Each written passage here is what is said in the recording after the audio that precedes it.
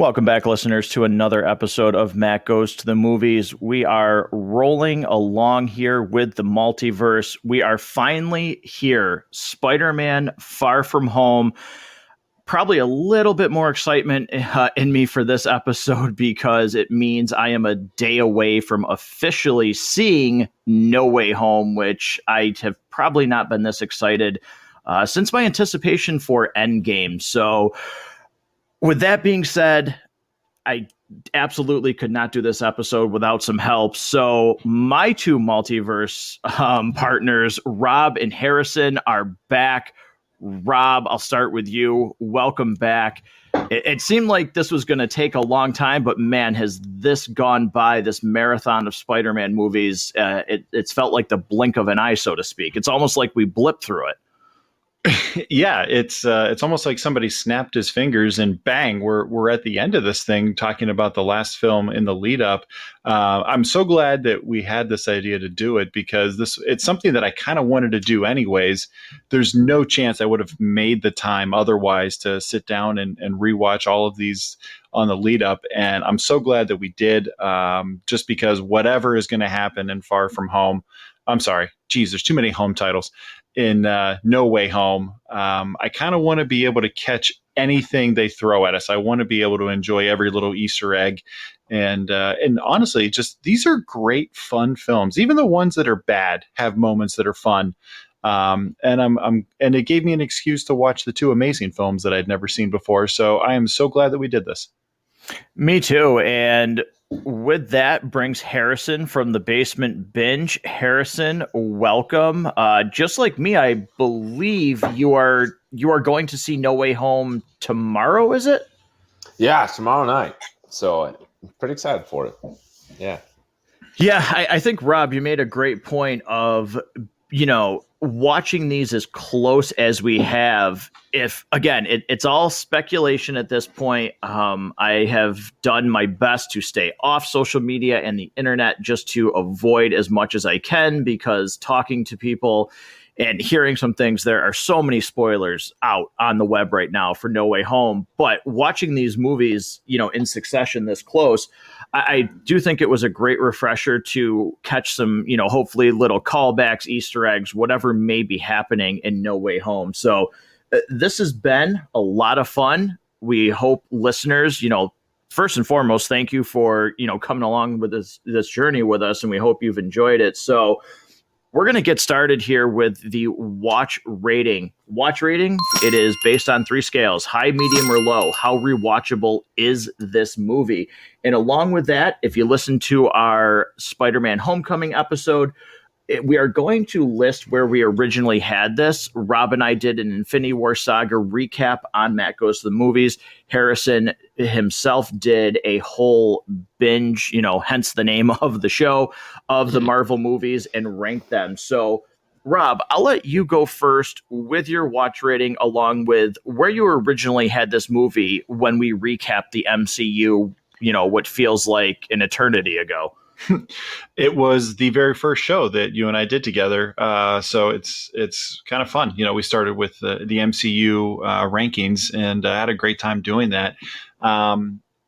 So I really love that you introduced a watch rating, because a real rating and a watch rating are really two different things. A watch rating to me kind of represents a film's entertainment value. Do you enjoy yourself while you're watching it? Would you ever take a chance to watch it again? And that's different than thinking about a film critically. Does the plot make sense? Does every scene land? Do you really feel like the editing is tight? Is the score well done? Is the cast well done? Like, did they choose the right people for these roles? Those are two completely separate things. So I do have some problems with this movie. I have some pretty big problems with some of the major plot points of this movie. But in terms of a watch rating, which is just, to me, my watch ratings are based on just the level of entertainment I have watching this film. This is a high. This is a very high watch rating. If my kids are like, "Daddy, let's watch Spider-Man Far From Home," all right, let's put it on. I'm good. Which, by the way, is a little tough because it's not streaming anywhere, which is really weird to think in this day and age that this film would not have been gobbled up by somebody bidding on it. I'm not sure where the rights really sit right now. I know that's really tough to figure out at times. Um, but I was very surprised that this was not actually streaming anywhere. So going back to when we first did the full Infinity Saga, out of the 23 films that had been originally released as part of the Infinity Saga before we moved into Phase 4, I had this film at 16th. And that's to me where they kind of like from 17 down are films that I probably wouldn't watch again on purpose. So for me, it's Iron Man 2, Thor, Hulk, Iron Man 3, Guardians 2, Age of Ultron, and Dark World. That's probably where it starts to be films that I'm just not going to watch again on purpose. 16 and up, I'll watch again anytime. And then I kind of, after that got posted, I actually revised it a little bit and I moved it up to 13 just because I didn't think I gave this film credit for where it is. So that was where it was at the time. On my subsequent rewatch, I actually move it back down to 16. That's where I feel it belongs out of the original 23 Infinity Saga films. Yeah, I think that's it's an interesting recap there about the difference between what the watch rating is and what the real rating will be later on in the show. So, Harrison, I'm going to kick it over to you next with, what is your watch rating, and the same thing. Where did you have this, and has it changed? Yeah, so watch rating for me, this is really, really hard because there's parts of this film that I love, elements of it that I really love. But as a whole, I got a lot of problems with it. Not problems with it. That's the wrong term. I could point out problems with it, but as who people are going to listen to the whole episode, you'll hear me eventually kind of get to it. There's not so much like this thing here or this thing here that makes me dislike it. It's just like for a few reasons that we'll get into when we do, I'm not connected to it, right? So I can watch it, I can enjoy elements of it, I can enjoy aspects of it, but I just, it's over and it's like, okay, right. All right, that was done, like on to whatever's next. It has no lasting value to me. So I would never like walk away from this, or if someone else wanted to watch it, I would never be opposed to that.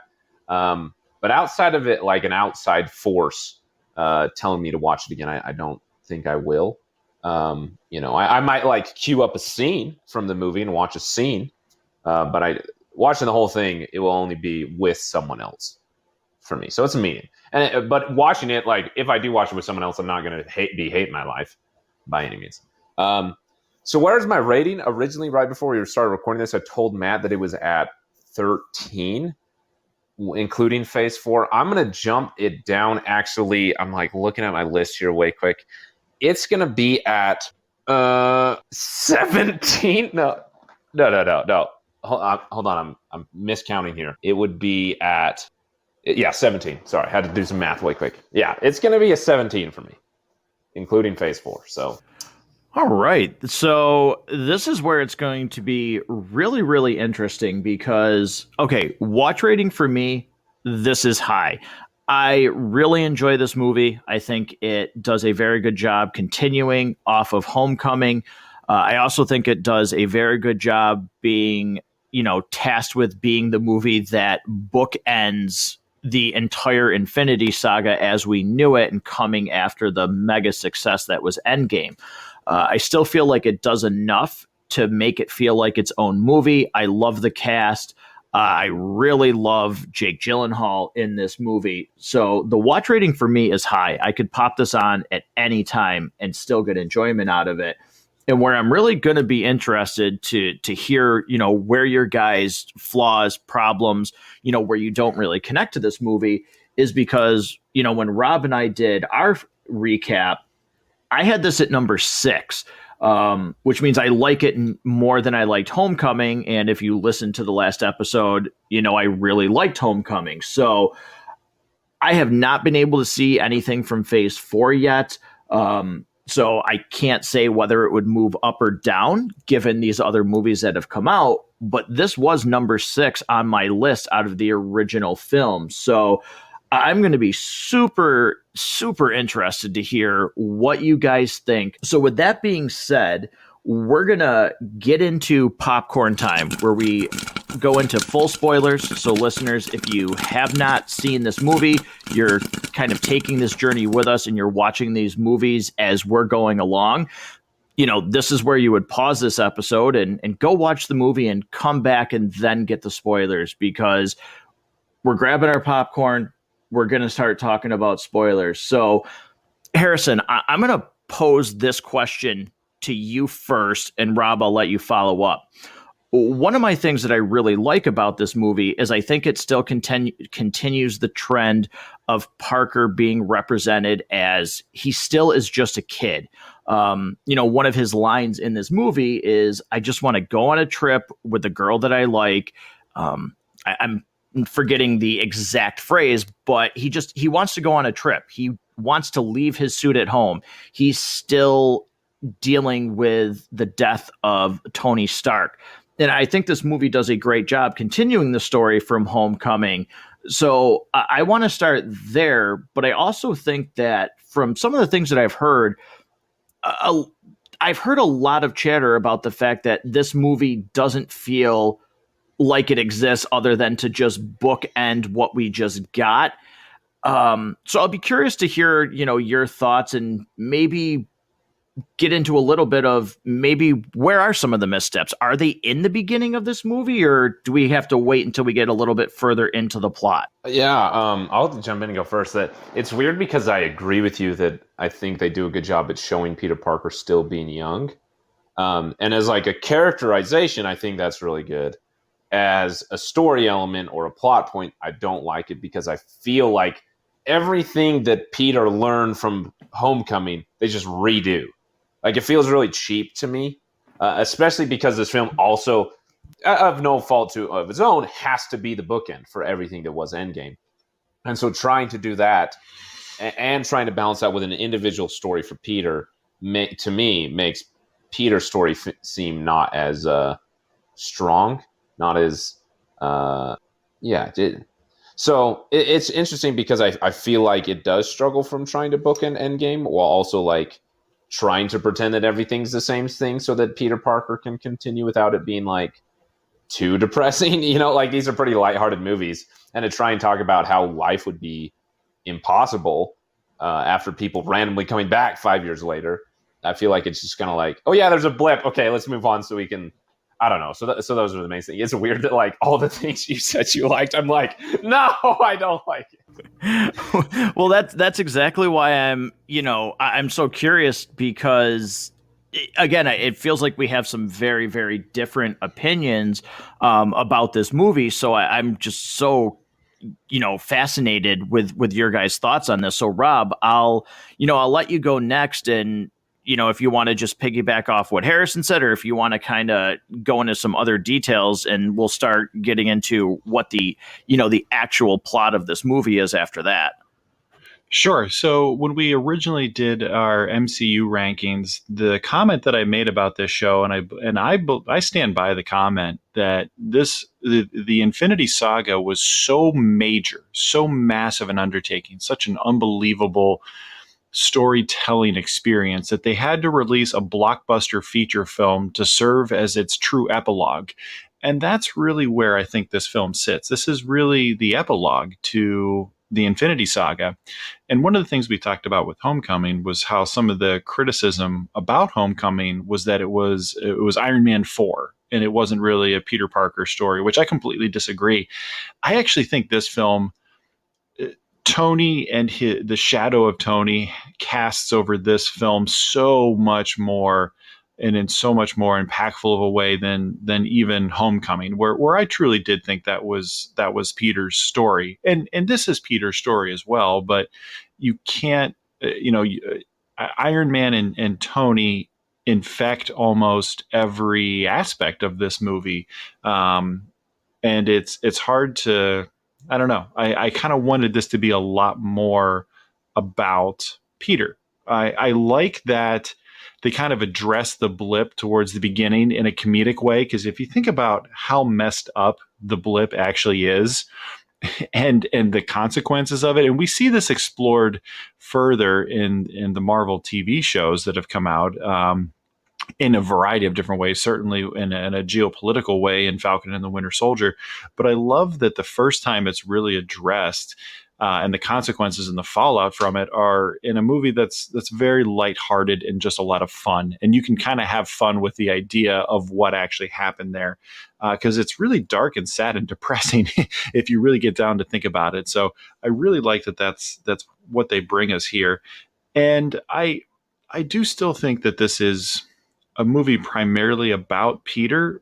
I think there's a lot of things that feel recycled from the first movie, but I still think I think it's the 2.0 version. It's not him necessarily relearning all the same lessons. I think he's faced with new problems, while still trying to be a kid. Yeah, he's 16, I think, when this takes place, no more than 17. And that's where some criticisms I had about the first movie about adults putting a kid in harm's way needlessly. I kind of have those same problems, and where I really start to have some major problems with this movie is around the whole concept of Edith being kind of willed from Tony to Peter. We're talking about a human who is just barely entrusted with a driver's license at this point. And now Tony gives him a set of sunglasses, which, by the way, don't come with an instruction manual of any sort. Just Fury's like, here, kid, put these on. It's Tony's sunglasses. I don't know what they do. You have them. He wanted you to have them. Just has a little note in there. He puts them on. All of a sudden, he can hack phones and he can do all kinds of stuff. And he can launch highly advanced weapons from outer space that can do pretty much anything. He's got... I mean, Edith almost becomes like the Infinity Gauntlet with all the power that it gives him. And he gives it to a kid without any safeguards, without any training, without any guidance at all. It just goes, here you go. It really doesn't make a lot of sense to me. And that's really, it's very distracting. It's hard to just kind of not think about as you're watching this, and you realize the power that this thing has. That Tony's just like, here you go. Yeah, I can definitely see that. So while we get into more of those points, I mean, the plot of this movie is, him dealing with getting over Tony and really kind of being dubbed like the next Iron Man. There's, he's got a lot of publicity behind him. There's a huge shadow of Tony in this. And he meets Mysterio, played by Jake Gyllenhaal, who I'll get out of the way now, I think was fantastic in this movie. I think he does incredibly well. And I'm going to give the MCU major props for actually making a insanely accurate Mysterio costume for this movie. And this is where we get our first sort of, the multiverse exists, because he says he's from Earth.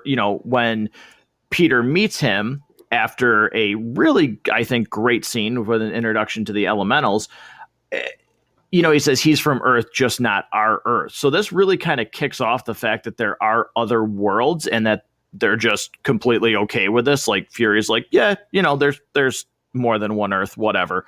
And it takes on like a mentor role where Mysterio is really mentoring Peter and, trying to help him because he's been through these things before. These elementals have destroyed his world and he doesn't want it to happen here. So, going on this trip, Harrison, I'll once again kick it back to you first.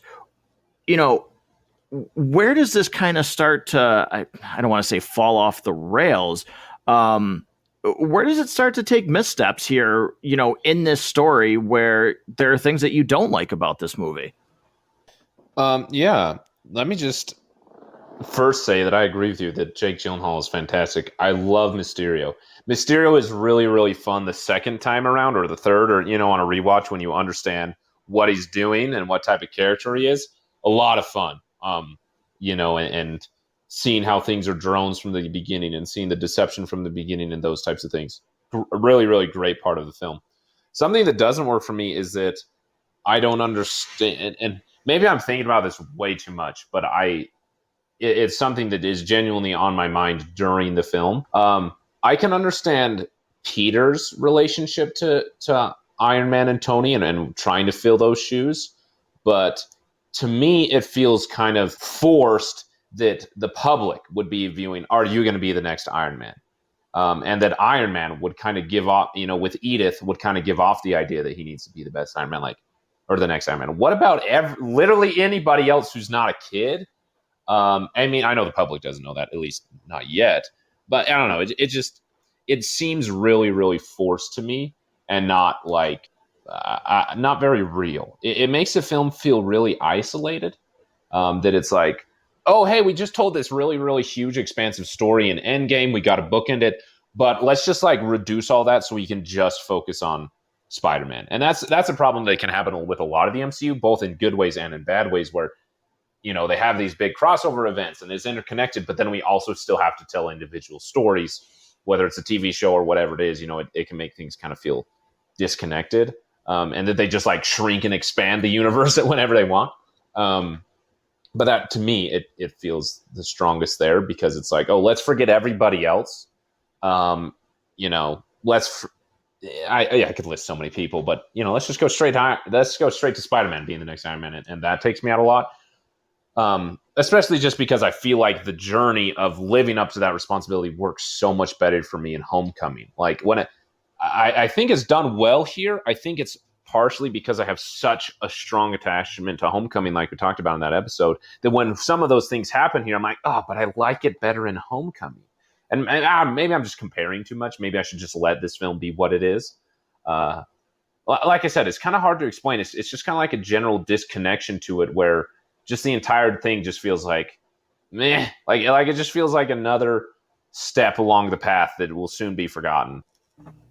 I'm not gonna say no. I'm not gonna say I agree, because still I don't think my opinion will change. Maybe maybe on another rewatch, but I really am enjoying the idea so far of why these things don't work.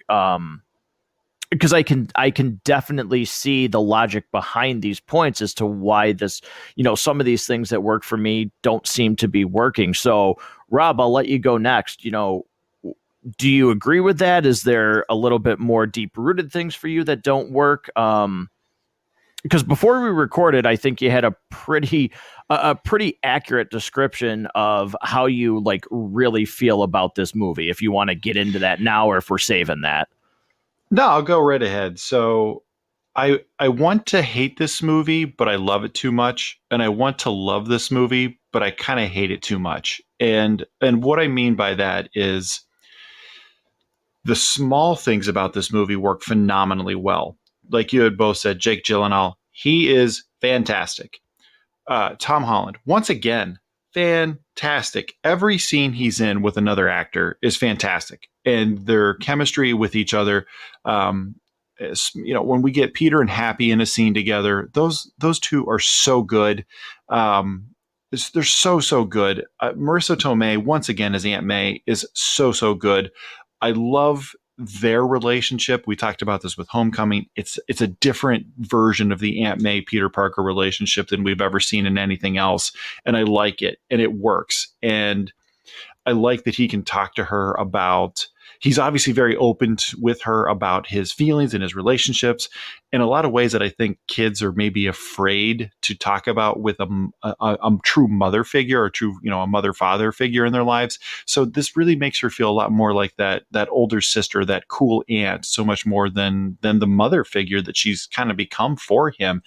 So I like that. There's so many little things, when we have Kobe Smulders and Sam Jackson together, every time they're on screen together, I just think, why do we not have them in a solo film? Why do we not have them in their own series? It could take place pre-Avengers, with just them doing spy stuff. I want to see that. Would you guys watch that? Because I'd watch the crap out of that. 100%. I mean, 100%. I would watch the crap out of the two of them just doing spy stuff. Give it to me every day of the week. Give me them in Mission Impossible, James Bourne style movies, and I'll just, to steal Harrison's phrase, I'm just Jack, just eating it up. Just give it to me. I can't get enough of it.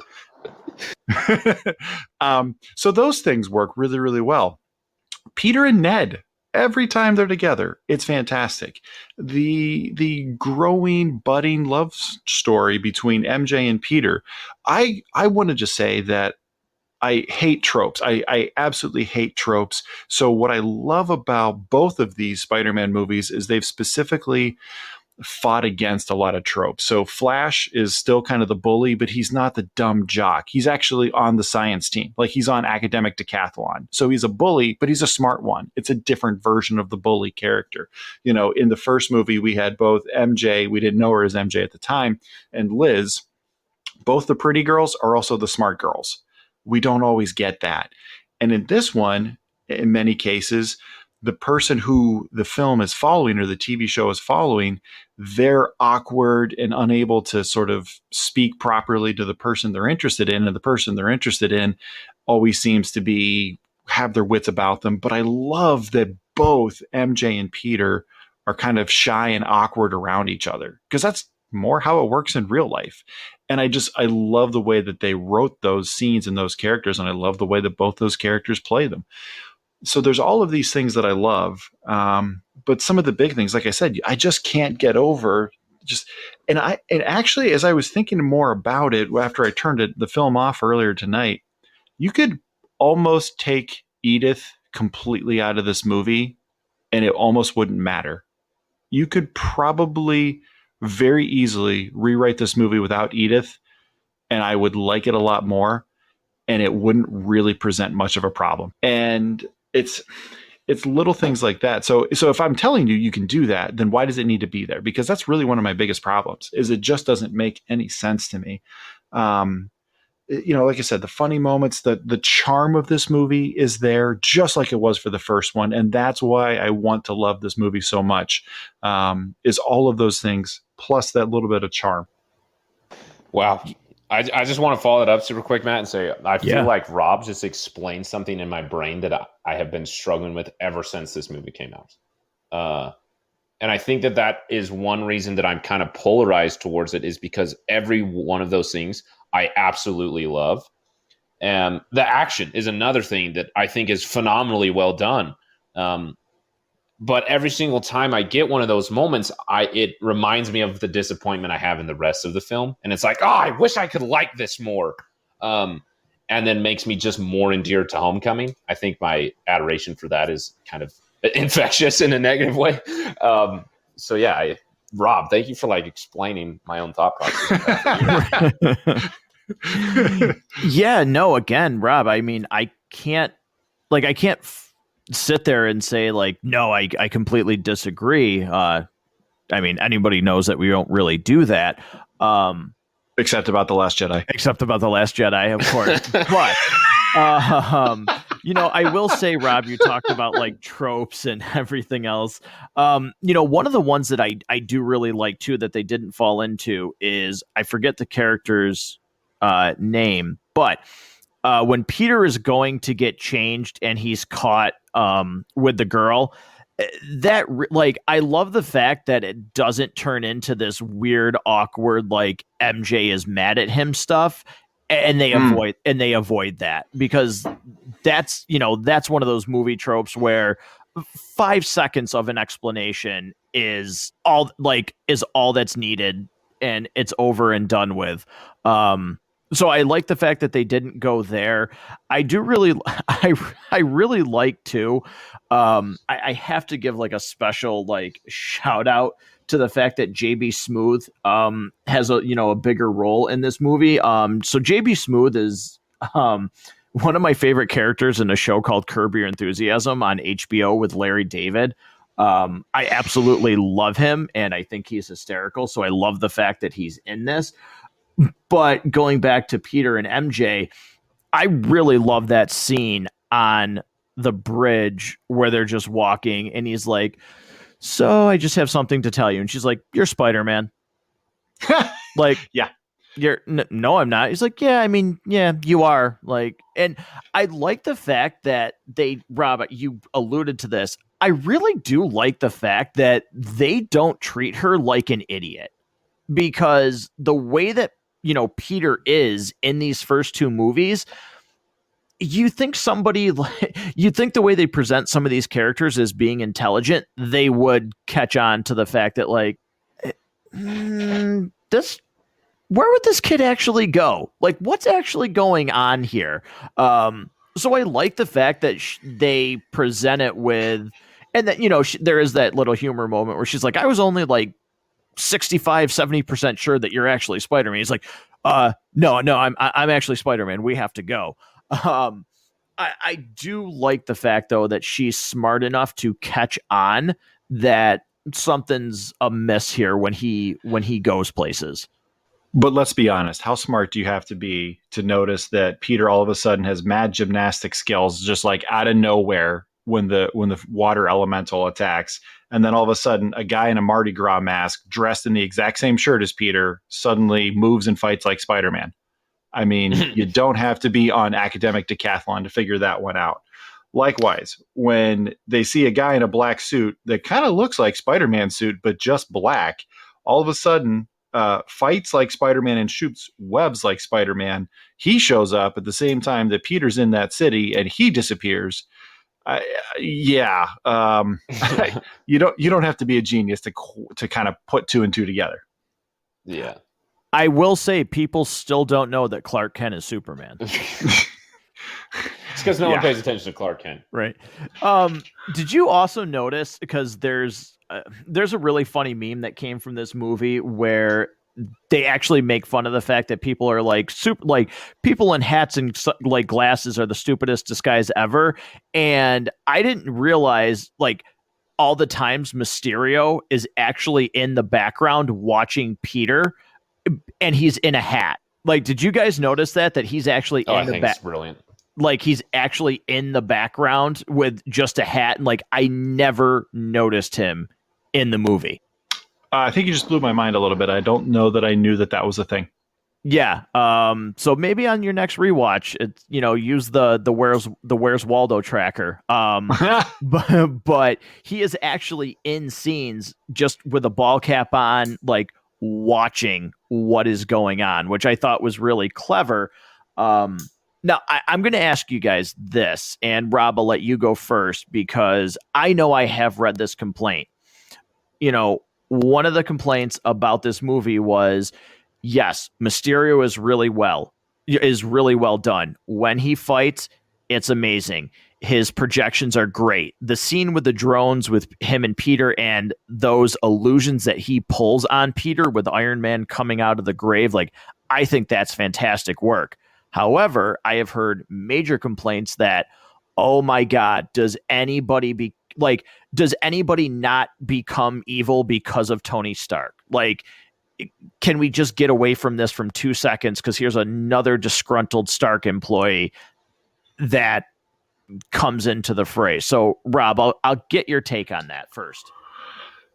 I kind of think some of the motivations of why they pulled this team together. Again, you could have written these characters as having motivations that had literally nothing to do with Tony. And it's once again how I had said the shadow of Tony is cast over this whole movie. And I don't know that you needed that. I think it's cool that they grabbed the guy from the original Iron Man movie that was being berated by Obadiah Stane, that Tony built this thing out of scrap metal in a cave in Afghanistan. That whole scene has always been great.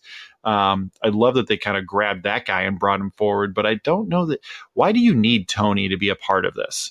Like, you could have really done almost anything with this movie. And I think it would have been hard for you not to talk about him a little bit, just in Peter's mourning for his hero. 100%. Tony was his hero.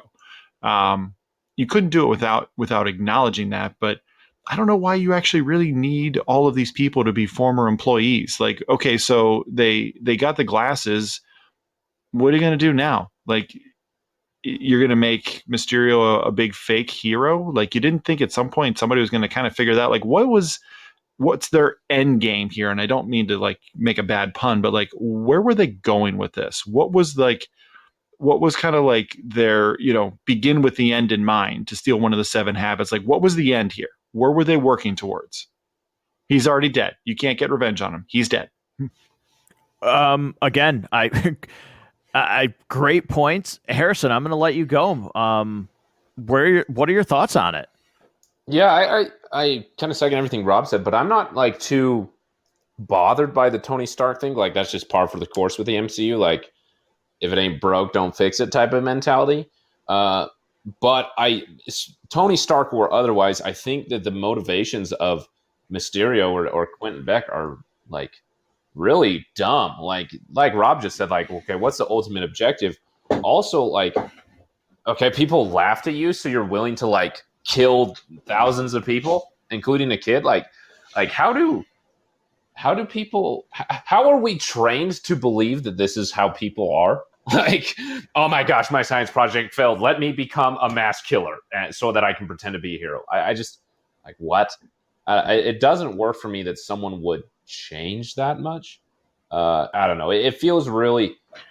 The other thing is, I mean, that's to me, sociopathic behavior, right? Like, how could you interact with somebody and look them in the eye and tell them, man, I care about you a lot. And then it's sociopathic behavior that just doesn't really fit how normal people act.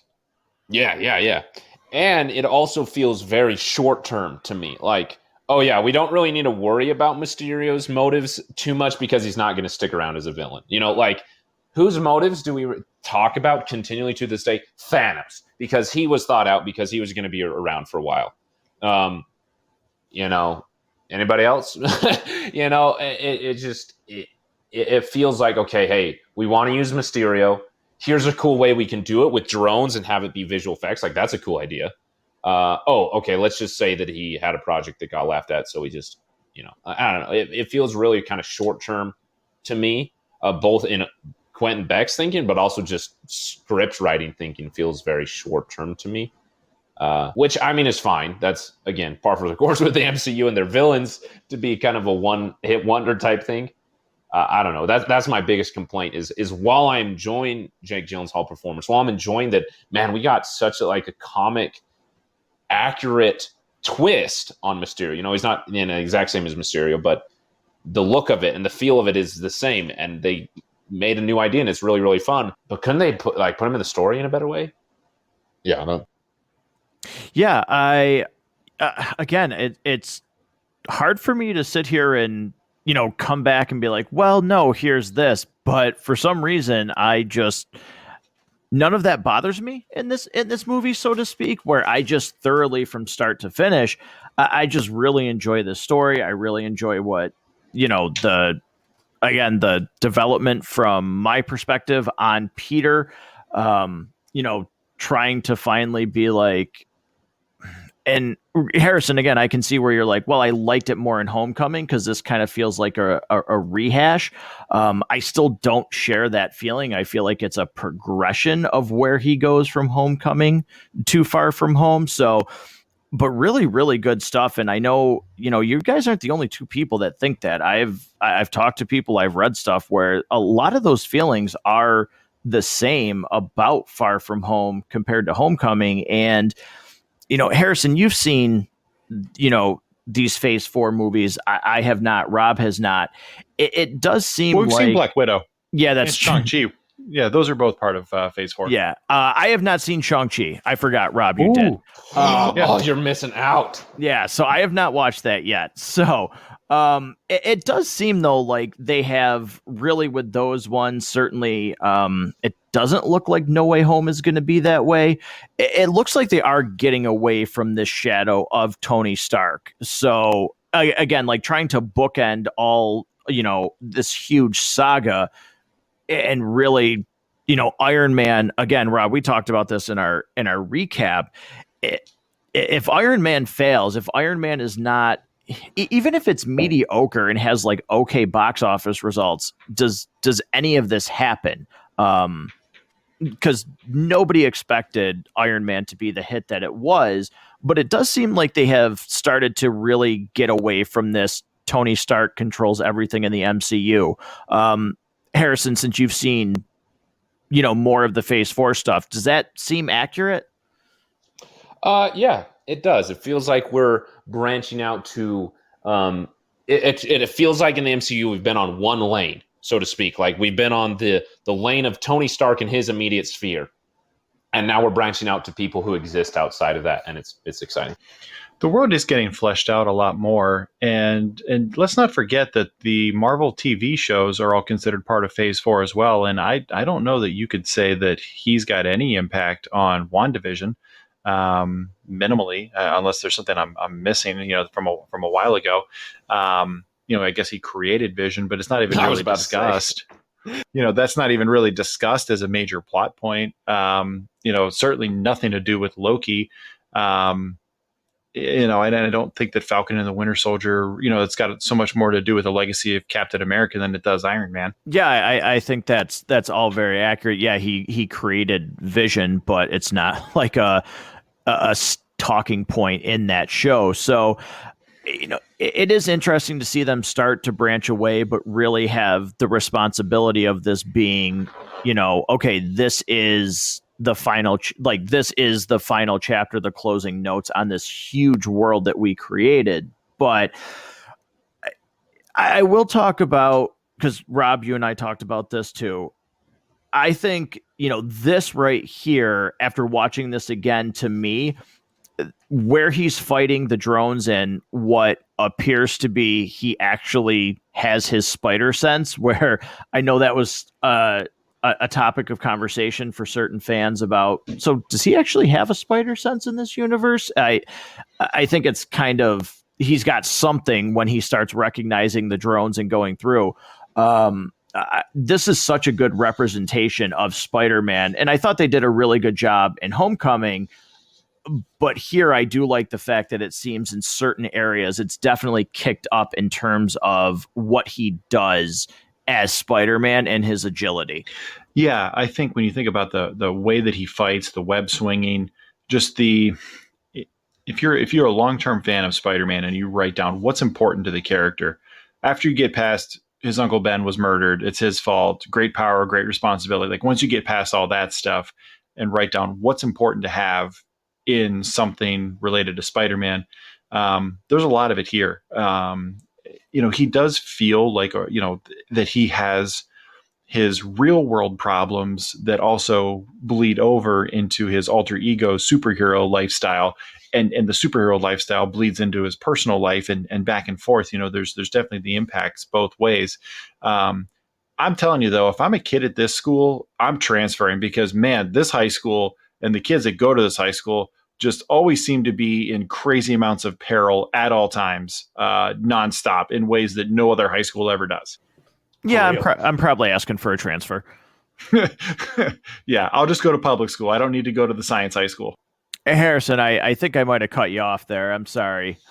Oh, no, I was just kind of laughing at what Rob said. I don't really have anything to comment besides in my high school when I went there, we have just our general public high school. It was called Cottonwood High School. And then we had this other high school, it's called Ames. It's like academic of engineering, math, and science, and something else. Like it was really kind of similar to the school that Peter Parker goes to. And so now I think about all those people that went to Ames that I had interactions with, and now like imagining Peter that way, and it's just funny. Like just weird, like a weird fourth wall break.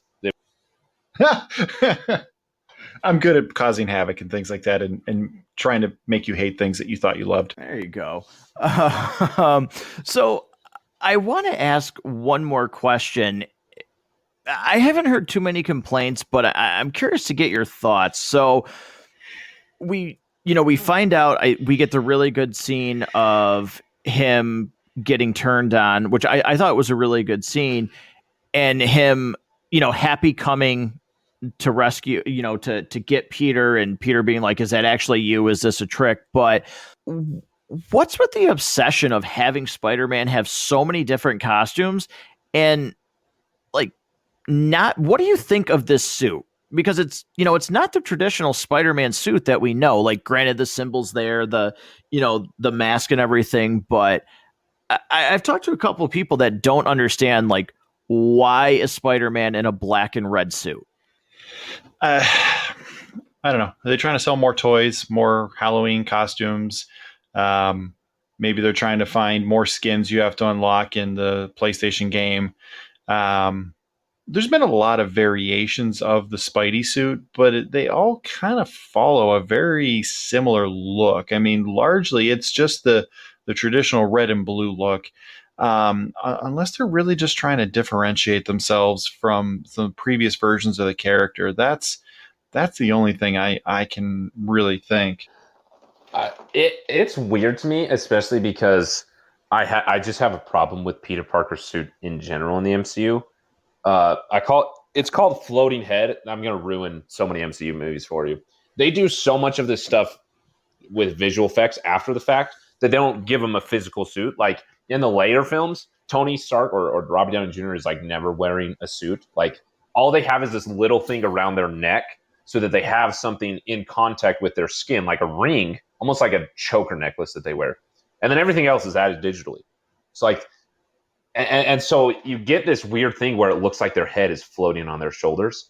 And it drives me nuts whenever I watch this movie. Like that, genuinely, I've been waiting to bring it up, is one of the reasons I have the hardest time wanting to watch this movie again, is because I think about it and I think about a floating head. And I'm like, I don't want to watch that. I don't want to, I don't know. Maybe I'm like really being nitpicky here, but it's just weird to me that like, it feels weird to just be like, oh yeah, we're going to have this really, really cool suit. It's going to look awesome. Oh, let's just add it digitally. And it makes the suit feel intangible, which just makes everything, every threat, every danger that Peter's experiencing less tangible to me and makes it less threatening. Which isn't directly related to the design of the suit, but just the problem I have with it. No, the floating head syndrome it's very apparent in Infinity War when they're having the conversation about what the plan is and what the strategy. Like when they zoom over to Peter and Stark after, again, it's a hysterical line when he's like, "So what do those two do? Take names, kick ass, take names." And like Tony's just standing there, but yeah, it's very apparent that floating head syndrome in that scene. It's also very apparent in Endgame when he comes back, and yeah, like thinking about it, it definitely rears its ugly head in this movie as well. I have talked multiple times about how much I prefer practical effects, like real things, real people being there. If you had to take a stab who maybe the most popular character in Disney's entire portfolio is right now, it's not Spider-Man, it's not Iron Man, it's not Mickey, it's Baby Yoda. And one of the smartest things they did on The Mandalorian was not make him a cartoon by making, and there's times where he is CG, but mostly he's a Muppet. And that it just works so much better because you see a real thing. You know that the lighting that is reflecting off of Mando is also reflecting off of Baby Yoda and makes him look like he's really there because he is really there. When you can do things practically, and look, I know it's a superhero movie. Like you can't practically swing a guy the way that he does all the time. There's certain things you have to do in post production. There's certain things you have to animate. But when they do more than they need to, it can be really distracting and really obvious. And I think Harrison said it great. It removes the sense of danger because you're watching a cartoon. There's nothing about it. And the Fast and the Furious movies are lousy with this, by the way. Like when you know that that's not a real car doing that real thing, you don't care about the danger for the character because you know it's a cartoon. Yeah, very, very, very good point. So I want to talk about, we get to the ending of the movie, and what were your guys' thoughts? Because I had, no clue. Obviously, he's able to defeat Mysterio, but this really kicked into motion like, oh man, like what is actually going forward with the MCU? And I still feel like part of this is unresolved because one, how long has, geez, if one of you remember the character's name, please let me know. But how long has the Skrull been impersonating Nick Fury in his place? Talos. Talos, thank you. why is Nick Fury in space? What is he doing up there?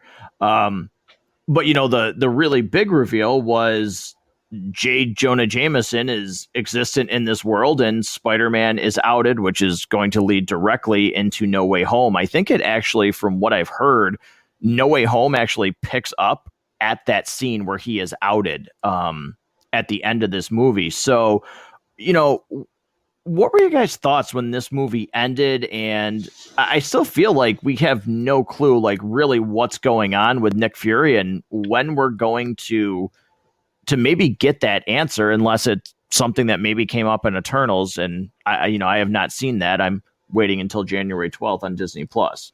I guess my first question when I saw the Jay Jonah scene was, first of all, I was very excited. Hey, they brought J.K. Simmons back. I'm super excited about that. But my kind of thought was, when exactly did Mysterio have time to like get his phone out and take a selfie of all this? Like, when did that all happen? Like, and I guess what was it just kind of like as on his deathbed, he sort of decided, I'm going to get you, Peter Parker. So he decided to do, like, what was the point? Like, what was he? I don't know. I guess it just felt weird to me. Like, I didn't understand it.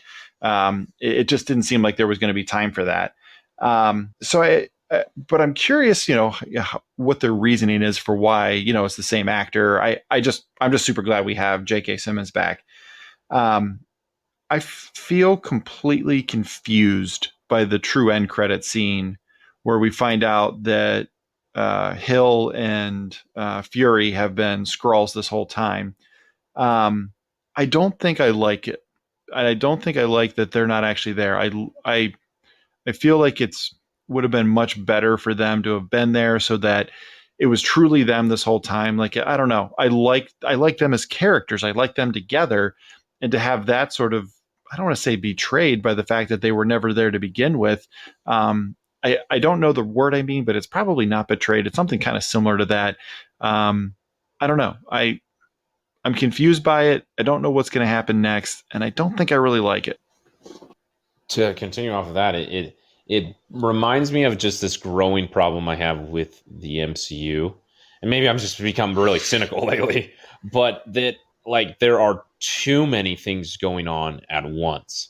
I made this joke once about all the things happening in the MCU at once, and it was like 25 different items, all happening independently, which, of course, they're individual stories. They should happen individually, and I don't expect everything to be the same. But it's just like, well, I wasn't expecting for my feelings about Nick Fury and Maria Hill to be sabotaged in a Spider-Man movie. And I get that they're all connected. That part to me just feels like there's just too much going on, and that things are going to get messy. And it also makes me worried that things are going to be left behind. Like that has not been brought up since. And I know a ton hasn't happened in the MCU with a lot of delays, but like nothing's happened with it. Not a single thing. And I don't know. So there's just in general, it makes me concerned that what we have loved for so long is just going to get really, really messy. I don't know if you two have read multiverse comics before and tried to like stay up to date on every timeline in it. Like, it's exhausting to try and keep that many things going on in your brain at once. And that's just one of my biggest fears going forward with the MCU. Also, biggest excitements is like, oh my gosh, this is really exciting. Like, it's very two-faced in me right now, that one part of me is like, oh, this is a mistake. The other part of me is, this is really, really fun. So yeah, I think one of the brings up all those emotions. Yeah, I think one of the biggest concerns I have about the end credit scene is, we're super fans. We're going to see everything they put out, whether we see it in theaters, we watch it on Disney Plus. There's not going to be MCU related content that we're going to skip. And I think there are a lot of fans that are very much like that.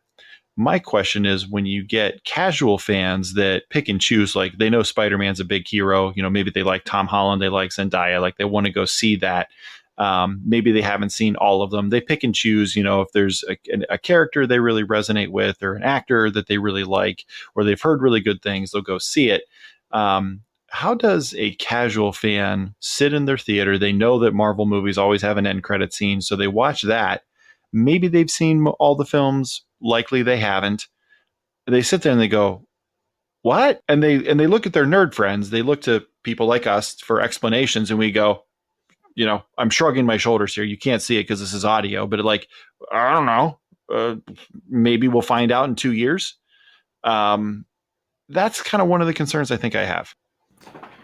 Yeah, I mean, I think so. Harrison, you said, this in phase 4 so far, this hasn't been brought up. So, we have no clue from Loki what's going on with Nick Fury. We have no clue. I'm not going to count Black Widow because, it takes place before Civil War. The end credit scene obviously leads in. But so far, we have no clue about Nick Fury because of Hawkeye, because of Captain America and the Winter, Falcon, and then, renamed at the end of it, Captain America and the Winter Soldier.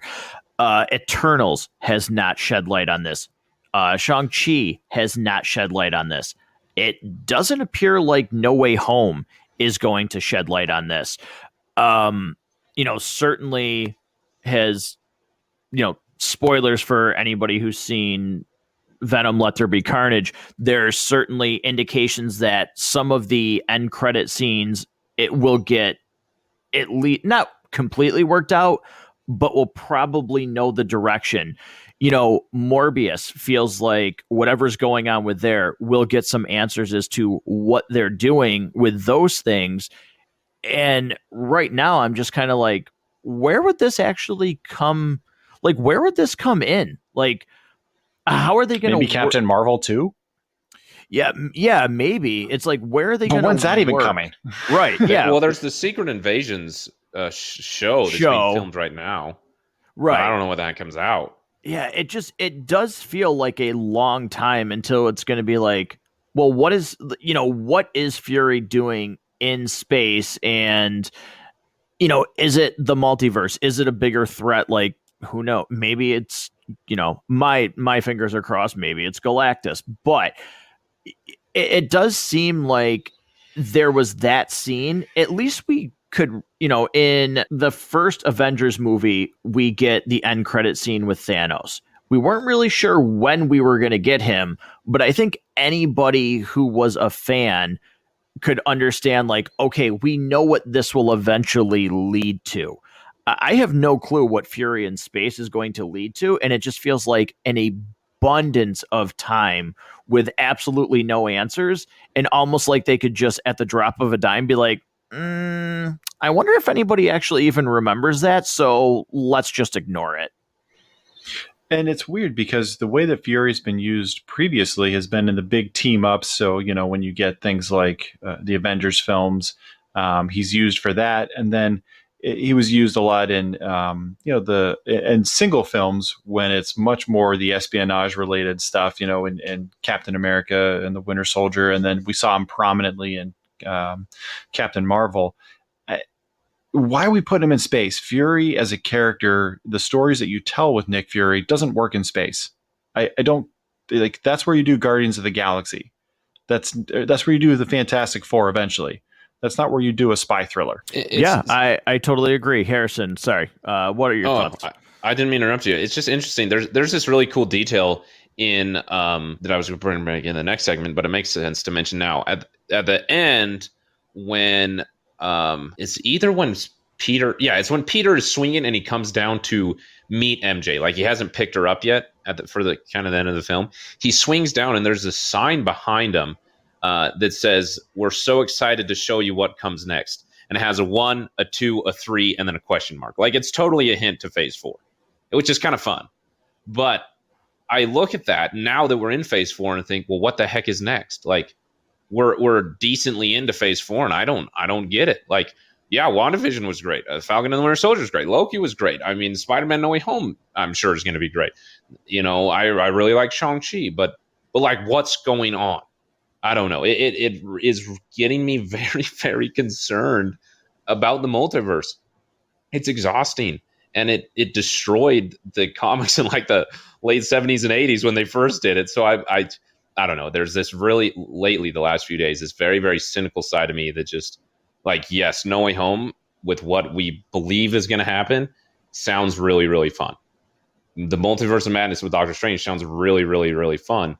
but where do you go after that? And like, what is actually happening besides just like fun things? And I don't know. I'm thinking about this stuff way too much, and it's weird that these things affect a movie viewing experience that much. But it is heavily on my mind, and maybe I need to like take a break and think about something else. Well, so Harrison, just remember how we overthought everything for WandaVision and didn't just kind of enjoy the ride and tried to make something out of everything. Remember, we all had these theories about who the engineer was, and that ultimately was like nothing. That was not a character. Like, didn't have any impact on the show. Yeah, I think I just need to calm down. Yeah, We'll see. It's hard though, right? Because of everything that's like announced, and it just one thing for me, I do know. So you both have seen Shang-Chi. One thing that's confusing though is when you say like, oh, geez, maybe it's just like, okay, settle down. What, let's just see what happens. But that end credit scene, I know what the end credit scene is, and it just like it confuses me to, okay, well, what is going on in the time? Like, what is going on in the timeline? Because I'm not going to say spoilers, but one character is not, how you remember, one character is not how you remembered him the last time he was on screen. Another character isn't that way as well. So it almost feels too like with everything being, certain things maybe getting delayed or, gaps in between, and some of these scenes that are coming out, it's just like, okay, well, where is everything actually taking place inside this universe? Because at least before, I wasn't really confused at where the timeline was for all of these movies lining up. The further we get, I do find myself going, okay, well, when is this actually taking, like, where does this take place in contrast to their other material? Kind of piggybacking off of something Harrison said, that trying to keep this all straight is almost a little bit frustrating and not a lot of fun. Again, thinking back to the casual fan that's sitting in the theater watching Shang-Chi or watching it on Disney Plus going, asking those same questions that you just asked, Matt. Like, are we getting to the point where the MCU is so ambitious, planting so many seeds for the future that it gets confusing for the audience and they kind of just stop caring? Because I can kind of imagine that the character you're referencing we're probably going to find out why he is that way in a future, series that's likely going to be on Disney Plus. That's likely what I expect to happen.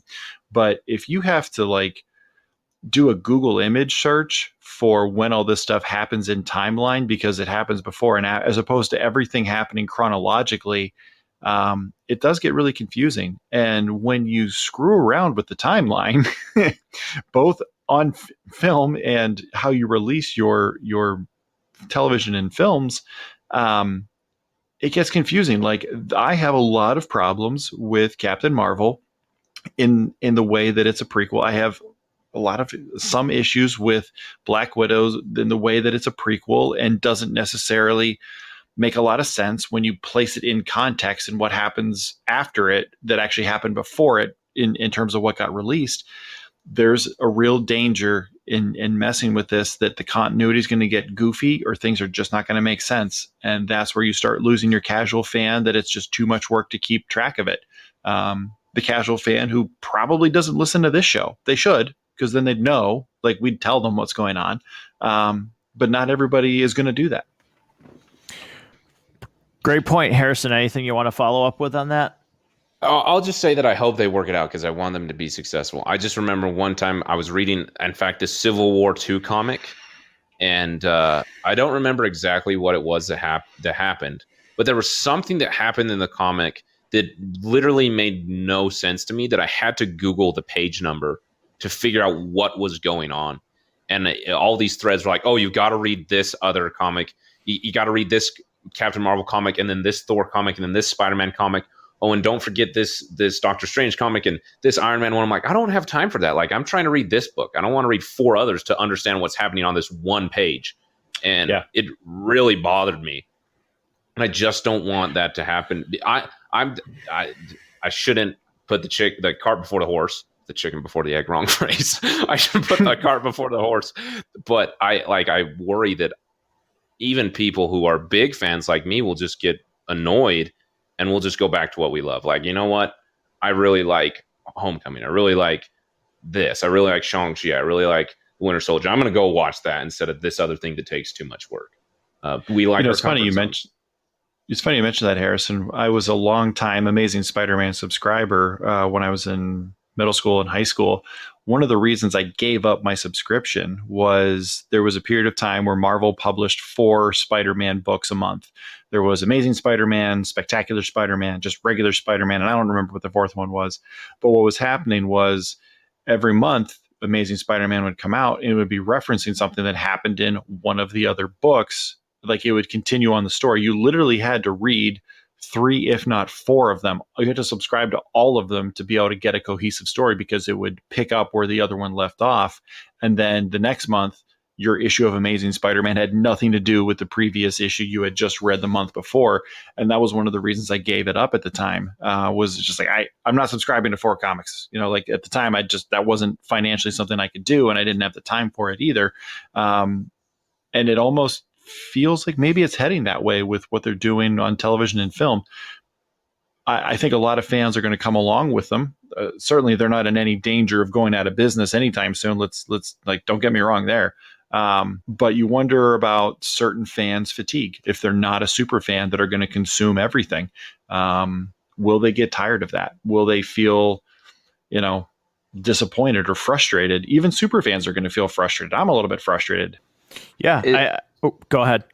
I'm sorry, I'm talking about this way more than I expected to. But it's just really interesting to me, especially in context of what we believe is happening in No Way Home. Like, none of us have seen it yet, but I mean, like, who doesn't at least hear the theories, Clearly, I mean, even in the trailers, we know that the villains from the other Spider-Man films are there.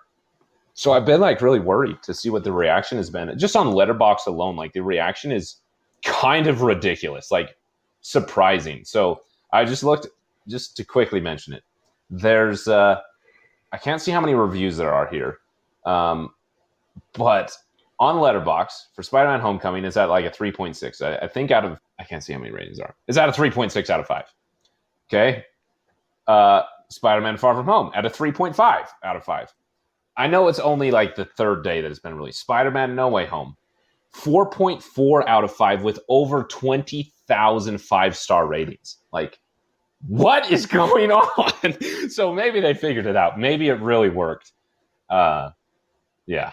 I don't know what it had to do with anything. I had something else I was going to say and I just forgot. So yeah, I mean, if it's still holding, 2 hours ago, granted it's still within its first time frame, but there's so many. If you go on any movie website, there's so many showings of this right now that started at like 4:00 today for like actual theaters. No Way Home was still a 100% on Rotten Tomatoes, which again, I'm not saying Rotten Tomatoes is like the end all be all, but with people review bombing and everything in between, you don't see that. So, but again, is it because the movie is that good? Is it a nostalgia kick because maybe what people wanted is exactly what happens? I do know that it's actually doing some really crazy money, though, in what they can already tell. So kind of it'll be really interesting to see what this movie is. I know I'm really excited to go see it. Yeah, I'm excited. I want it to be really successful. I just went on Rotten Tomatoes. As of now, it's at a 95% from the critics and a 99% from the audience. I just refreshed Letterboxd. 1,000 more reviews were just posted, and now it's at 30,000 5-star reviews. So clearly there's a positive reception to it, which makes me excited. I really, really want it to be good because I've been kind of struggling with my excitement with the MCU. And this is like rejuvenating that, but I'm like being really timid about it. So I want it to be good. I just don't want it to be like a temporary, hey, this was fun in like the moment good, if you get what I mean. Yeah, 100%. Absolutely. So let's move on. Last segment of the show. We're going to roll the credits here. This is where we talk about any interesting facts about the movie, maybe some box office records that this thing happened, and give our actual overall rating 1 through 5 reels. Nothing's ever gotten a 0, so that's why we stick to 1 to 5. But who knows? Maybe one day. So I do find it interesting with all of the success Spider-Man had.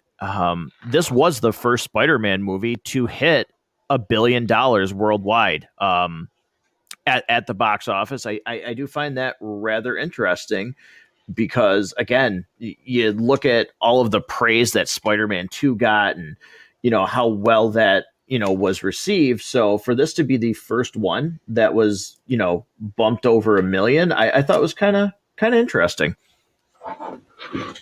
Yeah, that is really weird to me, especially because I just watched Spider-Man 2 and had like an awesome reception to it and absolutely loved it. I'm like, what is it about this one that got the audience to latch onto it more so than others? I don't know. I'm not a box office analyst, but it is really interesting to me. It also just, to me, it's, how can I say this the right way? I'm glad that Tom Holland is getting that much reception because I think his portrayal of Spider-Man is deserving of that. I think in a lot of cases, you look at what just came before this and the emotional gut punch that's the ending of Endgame, and the way that film sent off the 22 films, including that one prior to it. I think people loved Spider-Man in the MCU, loved Homecoming. Certainly Endgame did okay at the box office from what I remember. I think there was a lot of people that were just clamoring for whatever was next. And I think that led to a lot of people going to the theaters to see this. Yeah, I do think there was a sense of, well, geez, we have to see, because they really did like market this as this is the bookend to this huge saga that we just created. So I do think there was some sort of, well, geez, we have to go, like, we have to see this and where it's going to lead into the next phase. So, guys, anything else that you found interesting about this, like any behind the scenes stuff? No, I just wish that they would have added a heart elemental too, and they could have summoned Captain Planet. That would have been great. They had the earth, fire, wind, and water one. The only thing they were missing was heart. Maybe we can go back and do a director's cut. Well, no, they were trying to summon the Avatar. They were trying to find Aang. Oh, funny detail I have is you mentioned this earlier, and I just loved it when Beck mentions that he is from a different universe. He mentions that Peter's from Earth 616. Like, that's just so fun. Like, to comic book readers, it's like, oh, hey, yeah, I know what he's talking about. Even though they have a number, I think it's like Earth, like 1600 or something like that. This MCU, it has a 6 in it. I forget what it is. Yeah. They actually mention Earth 6162 in one of the Thor movies. I think it's actually in Thor: The Dark World when Eric, the professor, is writing on one of the chalkboards. He actually has Earth 616 circled on there as well. Oh, interesting.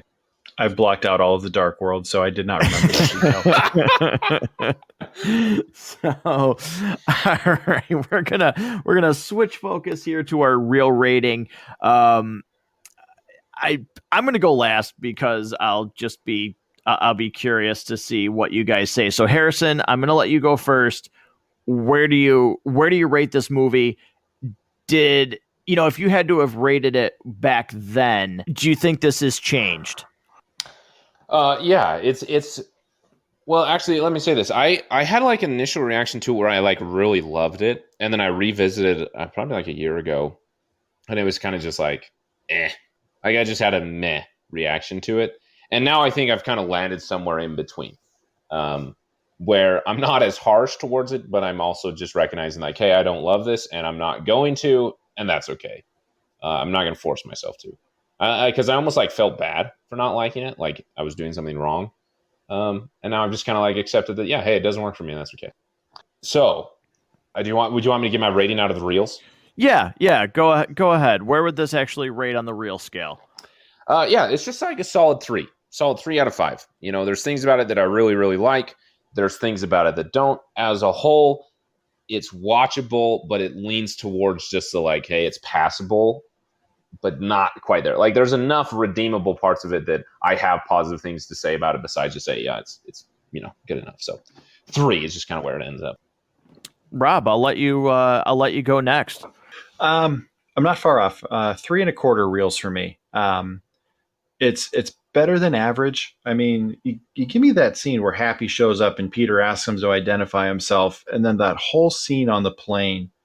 It's great. They're great together. Tom Holland is great. This is Peter Parker becoming a man. By the end of this movie, I do not view Peter Parker as Iron Man's sidekick. I view him as a legitimate hero in his own right. And I love watching that journey with him that we see in this movie. But there are so many other things to me that just don't add up, don't make sense. I don't know why they've made those choices. So yeah, 3.25 reels. Okay, so I am way, way on the other end of the spectrum, I feel like. So I actually have this at 4.5 reels. And the reason why I have it at 4.5 is because I just like this movie. And I will completely say I agree with everything you guys are saying. I understand every single point that you have made about what does work, what doesn't work, little nuances that, particularly, annoy you. You didn't use that word. But I watch this movie and I just have a blast. Are there things, like I said, that I agree with and some of it doesn't make sense? Yes. But my enjoyment and how I just feel about this movie once it's done, I just overlook all of those things and I have a blast watching this. So it's 4.5 for me. While I think that's way higher than I would ever rank this, there are things here that if you enjoy the things that work about this movie enough, they work so well to cover up the problems. The Tom Holland is kind of like Spackle in this movie because there's holes in this movie and he fills them. He just fills them by being good at what he does, by being there's not a character, there's not an actor in this movie that he plays opposite of where the scene doesn't work. And if you tell me 4.5, yes, absolutely 4.5, I get it. I understand why a person would really love this movie. I want to love this movie more than I do. I just can't. But I understand, Matt, 100% why you would give this 4.5. I just want to add that I appreciate that we can have a conversation like this. This something that's been really exhausting for me, and I'm just like, this has nothing to do with this episode, but is it seeing like the tribalistic mentality people have in their appreciation of movies, that almost like we can't talk to each other if we have disagreeing opinions. So right. This was just refreshing, and I appreciate it. And I also just second what Rob said. Like if I there are things about this that really do work, and I wish, me personally, with my own rating, I wish I could have them in a different movie so that I could like the entire thing instead of just liking aspects of it. But I'm glad that it works for somebody, because I think that there's a talent in it, and so I'm glad that it works. Yeah. So, Rob, normally this is where we would kind of, thank listeners. Harrison, we'd have you plug the Basement Binge. We're still going to do that. But before we roll into those things, Rob, I'll let you introduce this. We just wanted to do kind of a quick little segment here. So, Rob, why don't you walk us through that and pose the question that you posed to Harrison and myself, and listeners, we'd probably love for you to chime in on this segment. 100%. What you're going to think. So this will be the last show likely that the three of us have a chance to be on together before we hit Christmas. So what I asked the guys before we went on air was, if you had to make a Christmas wish for the TV and film industry, what is it that you would ask for? What would you want Santa to bring you for the TV and film industry this year for Christmas? What would you ask for? And I 100% want to hear from the listeners on this. comment on any of the social media platforms, email the show. What is it that you would ask for if you're writing a Christmas list of Santa for the TV and film industry? What is it that you would ask for? All right. So are we just sticking to the MCU, or are we doing movies in Whole general? industry. Whole Okay. industry, TV and film together.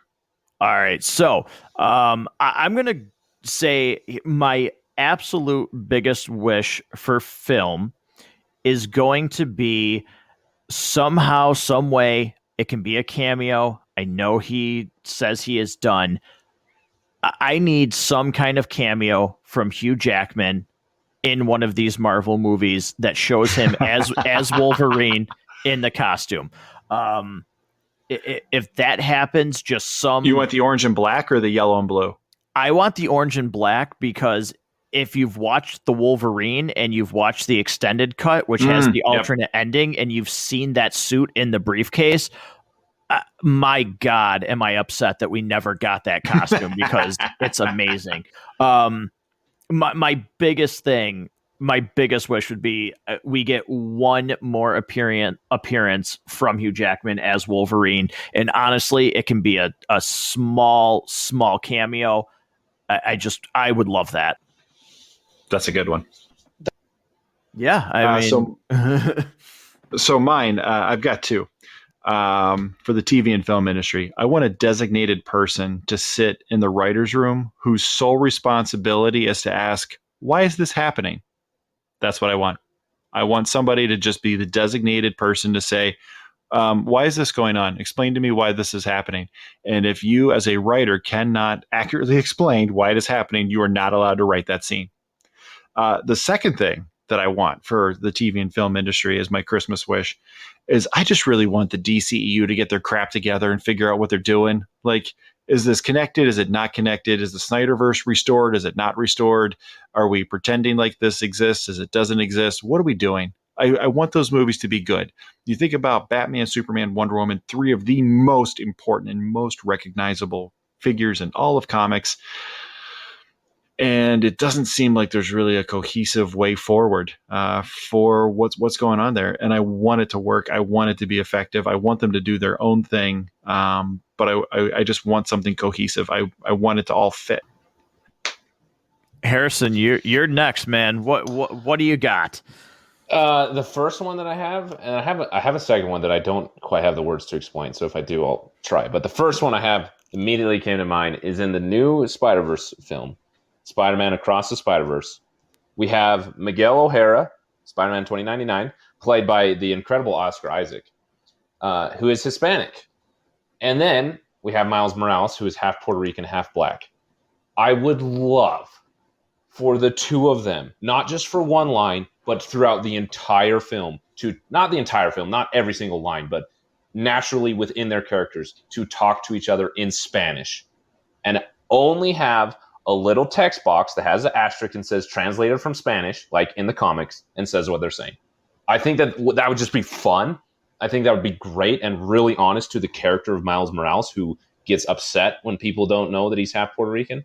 I also think that it would do phenomenal things in getting people into international films and over subtitles. There are some great films out there that I think, how cool would that be to have the incredibly powerful character of Spider-Man break down barriers and people's perceptions of, subtitles and watching movies with them.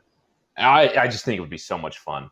I can't claim this as an original idea. Someone else put it online, and now I'm worried that it's not going to happen, because that movie will forever be less good if it doesn't. That's how badly I want it. All right, so I'm gonna go with one more TV, and then I'm gonna do one small movie one. So for TV, I want Disney and Lucasfilm to put out not tied to Obi-Wan, an actual Darth Vader TV show that is set between Revenge of the Sith and Episode 4, where he hunts down the Jedi, and go from there. That is what I want from television. Is I want that, or bring back Lost. I actually kind of like that show. I was thinking about that show the other day. but I want that Darth Vader series where he hunts down Jedi. I think that would be it. It's been done so well in the comics. Or give us a Star Wars Unleashed TV show with Star Killer. Oh, you stole mine. Ooh. Oh, so good. Those are both really good. A Darth Vader TV show. I mean, who doesn't watch that? Yeah. I mean, who on planet Earth that has a television or has a friend with a television would not watch that? I mean, come on, we need it. We have the Ahsoka series happening. We have the Obi-Wan series happening. We had season 7 of the Clone Wars, and you're just not going to do a Darth Vader series? Yeah, I think, I don't know. I think maybe we could get that. I think I'm actually really surprised, and I won't go too far into this because I could talk a long time about it. I was taken back by how receptive and how welcomed fans were with Hayden Christensen. I thought it was really cool to see that when they announced him and he made his appearance, like, people were genuinely happy to see him. And you can go back and read some of the things that were said about his portrayal of Anakin Skywalker, and they're not good. There are people that attack him personally, which is, we've talked about that on shows before, about on episodes before, about how people attack these actors and things like that. But to me, it was just really, really cool to see, like, people embrace that he was coming back. Because again, we've said it, nobody hates Star Wars as much as a Star Wars fan. So I thought that was really cool. So I think, judging on the reception of Obi-Wan, I think we could get that, because I do think there is a lot of positive to Hayden Christensen coming back, and he seems very receptive to doing some more work within the Star Wars universe. But my last movie request, and this is it's an odd one. This guy's gone through some life struggles, and I think had a really strong performance in Doom Patrol. And I've recently heard rumors that they're in talks for him. I would absolutely love another Mummy movie with Brendan Fraser and Rachel Weisz in the roles. I think the Mummy Tomb of the Dragon Emperor is really, really bad. I think the chemistry, I don't even remember the actress who replaced in that movie, because their chemistry was awful. I would love to see him have one, like, who knows, maybe it won't be the one last hurrah, but I would love to see him come back to that franchise. The Mummy and The Mummy Returns, they are not, Oscar script movies, but man, do I enjoy those two first films. Like, I have a blast watching those. I would love to see him back. Yours are really good, Matt, because I'm for it. I'm for all of that. Yeah. So, all right, you guys before we, close out, do you guys have any other one that you want to throw out there? You took all the good ones. Yeah. I have two. I have two that I thought of. Okay. Actually, three very short ones. The first, for the Furiosa movie to be released relatively soon. Yeah, good one. Second, for Miyazaki's latest film, How Do You Live, to also be released really soon. I know it's going to be a while. Then the third one is very simple, and this might be controversial. I would love, whether it's in a movie or TV show, I don't really care, to have a continuation of Rey's story with her orange lightsaber, because I think Daisy Ridley does a fantastic job of Rey, and I think everything that she went through, say what you will about the sequel trilogy, I think where that character ended up, name aside, I know so many people have a problem with the name, take the name out of it, where she ended up I think is really interesting canonically in Star Wars, and I think there would be really, really exciting new stories to tell with her, and I would love to see Daisy Ridley perform as Rey again. Those would be my wishes. What's weird is I don't feel like there's been a lot of expanded universe stuff that explores what happens after Episode 9. I mean, Matt, you read a lot more of the Star Wars comics. It feels like they're going in between, Episodes 3 and 4 a lot more than they really explore anything post 9. There's certainly no video games. There's no TV shows or anything. It seems like a big hole that has not been explored. No, they have not done anything post. What they have done, though, is they have done in comics, they have done so much to try and make Rise of Skywalker make more sense. They have introduced everything about why the Emperor would come back in episode 9. They have talked about Exegol. Now in the comics, Darth Vader has known about Exegol.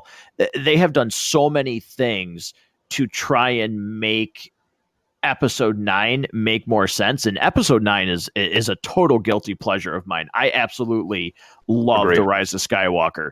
Does it make sense? Does it come out of left field? Absolutely. But it's such a guilty pleasure of mine. I absolutely get a kick out of that movie. But yeah, they have done so much to try and be like, oh no, here's all these things that these characters know about, and Exegol's been around, and it's really actually funny reading the comics to see how much they have tried to loop episode 9 into, previous stories, so to speak. So they do more than just the Emperor's back somehow. Yeah, no, there's so many, like, in all sincerity, if these things would have came out before, I mean, it still doesn't make sense that he would be, that he's back, in terms of there's no hint whatsoever that he was still lingering in this part of the universe. But the things that they talk about, and people knowing about Exegol beforehand, and the Emperor's plan to, even in the comics, spoiler, replace Vader, is all tied into Exegol and the cloning process and everything. So there's some really, really good stories that they've talked about in these comic books. But yeah, it's just, it's funny how it just doesn't make any sense. Yeah. I gotta agree though. Spider-Man, Star Wars: The Rise of Skywalker, total guilty pleasure, and I think that's kind of part of the reason that I want that my wish would be the story to continue. 2 other wishes, just and then I'll be done. I promise. the 2 of them that I have is for a trailer or a release date to be announced for Escape from Spiderhead. When is that movie coming out? I'm waiting for that. Netflix, come on. Second one is to have an adaptation of the book series Michael Vey. Okay. If you guys have not read those books, they are so good. And I think there are so many exciting things in those books that would be really great to watch cinematically. I think it would convert very well. So yeah, those are my wishes. All right. Rob, any last ones? No, I realized how many great ones I should have thought of that I didn't, because I pretty much want a lot of that same stuff too. But what I really want is I would love to hear from listeners. I would love for them to hit us up on any of the social media platforms that you can find the show on, and tell us what you think of ours. Tell us what yours are. You can find Matt Goes to the Movies on Facebook, Instagram, TikTok. You can email the show, mgttmpodcast@gmail.com. You can hit up Harrison on all the same places. You can also email his show, bingebasement@gmail.com. And while you're at it, go to podchaser.com and leave a review for the show. You can leave 1 star through 5 stars. While 5 stars are preferred, honest reviews are best. And leave a review for the show. All right, Harrison, before we say goodbye, plug the Basement Binge. Rob does it so articulately. Thank you so much for that. But if for some reason a listener has just clicked on to this episode, and this is the first thing they have heard from Matt Goes to the Movies, tell them about why they should jump over to the Basement Binge. Well, because it's also fun. Yeah, thanks for the chance to do that. The Basement Binge, if you haven't guessed, it's a movie review podcast. Most of the time, it's just me reviewing movies. If I'm lucky, I can get Matt and Rob to join me. Done a lot of fun things. Matt mentioned it started with binging the MCU, so you can check that out. The 3 of us, we had fun with the Fast and the Furious. Really, really excited things on there. Right now, Spider-Man Week is happening, which has been an absolute disaster because I've been working so much overtime at work that it's like I'm like 2 episodes into a 7-episode thing, and it's Thursday. So that's messy. But anyway, and my busy season at work is coming to an end this Saturday. I'm looking forward to it so much. So there should be a lot of new things coming. Particularly, I'm super, super excited for animation season coming up. It's something that I do every year. It's not always been, but now it's going to be at the beginning of every year, kind of January, February timeframe, where I get to review some of my favorite animation movies. I came up with a new name for it. It's called the Animation Hall of Fave for favorites. So yeah, Ooh. if you enjoy animation and you enjoy talking about movies, check out the Basement Binge for those things coming soon. But really, Matt and Rob, thank you for letting me be here. I look forward to this so much. All day today, I was just like, okay, I just got to get through work and then we're going to record a podcast. Like, come on, just a few more hours. So thanks for having me. This has been always a pleasure. Thank you so much to both of you for being a part of this. The next time that we're Harrison, unfortunately, Rob, unless something changes, I know you're trying to maybe get out there. I don't know if you're going to be able to join us for No Way Home. Is that still looking doubtful? Yeah, it's going to be tough. Because the one day I would probably be able to go to, I don't think there's any theaters with tickets still available in the area where we live.